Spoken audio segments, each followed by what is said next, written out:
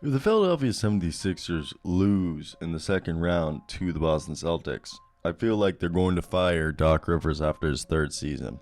All right, he spent 7 seasons in Los Angeles with the Clippers, going 564 to 356 losses. He spent 9 seasons in Boston, winning 721 games and only losing 416.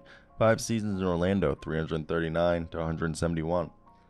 And in 3 seasons so far with Philadelphia, he's won 236 games and lost only 154.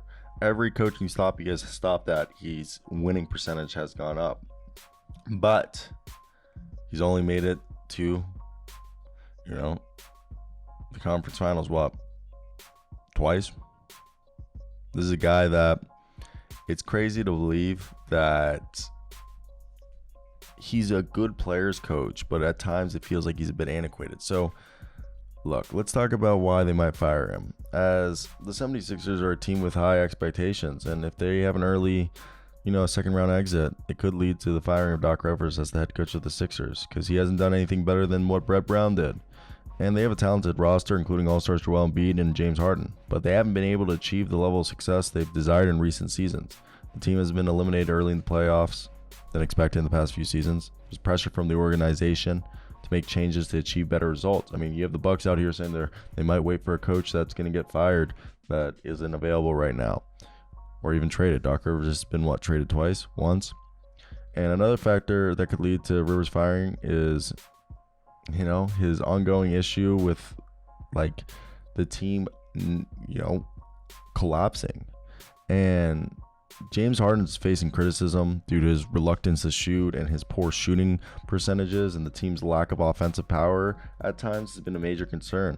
And if the team fails to address these issues and continues to struggle, it could reflect poorly on Rivers and his coaching abilities, which could ultimately lead to his firing. And there's been reports of Rivers and the front office, Daryl Morey, particularly regarding the team's approach to managing players' injuries and, game adjustments. If tension continues to grow, the organization feels that there is a disconnect between the coaching staff and front office. Could lead to a decision to part ways with Rivers. In conclusion, while it's impossible to predict the future, there's several factors that could potentially lead to Doc Rivers being fired or let go as the head coach of the Philadelphia 76ers. The team's performance in the playoffs, the ongoing issues with, James Harden and the other players that, at times it seems like they're just inconsistent. And the tension that's between the Doc Rivers and the front office are all potential factors that could result in his dismissal. Ultimately, it will be up to the organization to determine whether Rivers is the right person to lead the Sixers to a championship and whether they believe he has the ability to get the team where they want to be. And, look, again, this is a big what if, but it's weird in the sense that we don't really know. And it's not like it's something that's normal where we sit here and that it's we're accustomed to, because you're lying if you think this is something that is is to be expected, because it isn't. You don't typically expect a guy who's won a championship before to do this, but there's a reason why LA fired him. All right, clearly Kawhi Leonard, I don't think he's a good modern day basketball coach. My big problem with him is I think he's still stuck in coaching like it's the mid 2000s. All right.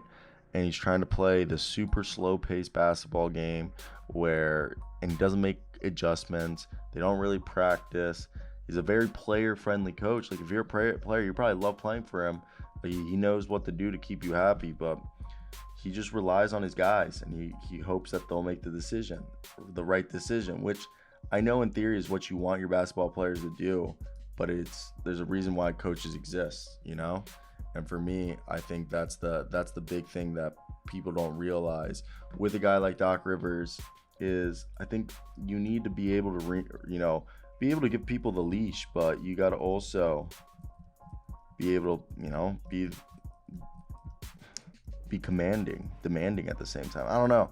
I just don't think Doc Rivers' coaching style works in the NBA anymore, and that's where I want to hear your guys' thoughts down below in the comment section if you guys agree with me. I think it's definitely interesting to see how this will all play out. But basically the video for today, guys. Hope you guys did enjoy. Like, comment, subscribe, do all that good jazz. If there was anything else you guys would have liked to have heard, let me know down below. Till next time, guys. Peace out. We're on the way to 20,000, so hit that like and subscribe button. Bye.